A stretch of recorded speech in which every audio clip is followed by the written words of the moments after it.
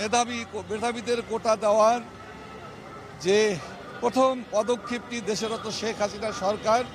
কোটা আন্দোলনে যারা জড়িত হয়েছিলেন 2018 সালেই তাদেরকে কিন্তু সমর্থন দিয়েছে এবং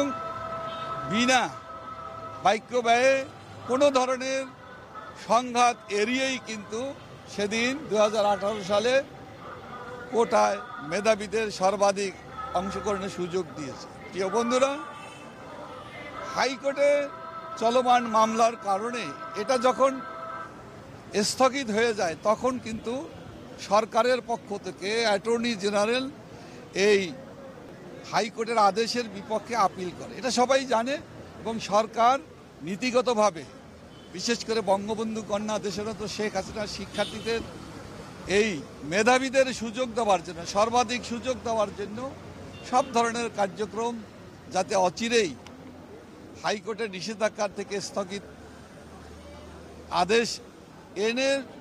উচ্চতর আদালতে যাতে এর সমাধান হয় তার ব্যবস্থা নিয়েছে। কিন্তু বন্ধুরা, সেই কোটা আন্দোলনকে সামনে রেখে এক শ্রেণীর ধর্ম ব্যবসায়ী, এক শ্রেণীর উচ্ছৃঙ্খল সন্ত্রাসী গোষ্ঠী আজকে বাংলাদেশ নামক আমাদের প্রিয় মাতৃভূমি এই রাষ্ট্রকে তারা আক্রমণ করেছে। আমাদের প্রিয় মাতৃভূমি স্বাধীন সার্বভৌম সোনার বাংলাদেশ আজকে আক্রান্ত। জামাত শিবির, যুদ্ধ অপরাধী গোষ্ঠী, যারা সন্ত্রাসী গোষ্ঠী, যারা চিহ্নিত সন্ত্রাসী, সেই গোষ্ঠী এখন বাংলাদেশকে ব্যর্থ রাষ্ট্রে পরিণত করা, অকার্যকর রাষ্ট্রে পরিণত করা, আমাদের সামর্থ্যের প্রতি, অগ্রগতির প্রতি,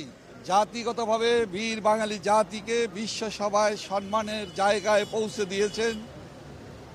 যিনি, তাকে আজকে টার্গেট করে এই অশুভ শক্তি বাংলাদেশের ক্ষতি করতে চায়, বাংলাদেশকে ব্যর্থ রাষ্ট্রে পরিণত করতে চায়, যেটা বাংলাদেশের 18 কোটি মানুষ কখনোই এটা কল্পনাও করতে পারে না, ভাবতেও পারে না। আজকে তাই বাংলাদেশের 18 কোটি মানুষের যে প্রাণের স্পন্দন দেশরত্ন শেখ হাসিনা এবং তার প্রতি মানুষের যে আস্থা, তার যে ভালোবাসা, তার প্রতি মানুষের যে শ্রদ্ধা, সবচাইতে জনপ্রিয় মানুষ হিসাবে, সবচাইতে জনপ্রিয় গ্রহণযোগ্য নেতা হিসাবে যারা বিশ্বসভায় যাকে সম্মানিত করেছেন, আমাদের মানবতার মা দেশরত্ন শেখ হাসিনাকে টার্গেট করে এই যুদ্ধ অপরাধী, স্বাধীনতা বিরোধী, মুক্তিযুদ্ধের চেতনা বিরোধী, মুক্তিযুদ্ধের 30 লক্ষ শহীদ, 2 লক্ষ মা বোনের সম্ভ্রম হানির বিনিময়ে আমরা যে স্বাধীনতা পেয়েছি, সেই স্বাধীনতার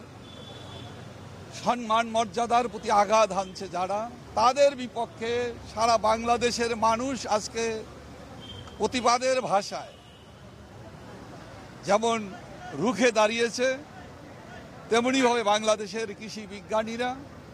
আজকে বাংলাদেশের মানুষের সাথে সহমত পোষণ করে আজকে তারা রাস্তায় এসেছে।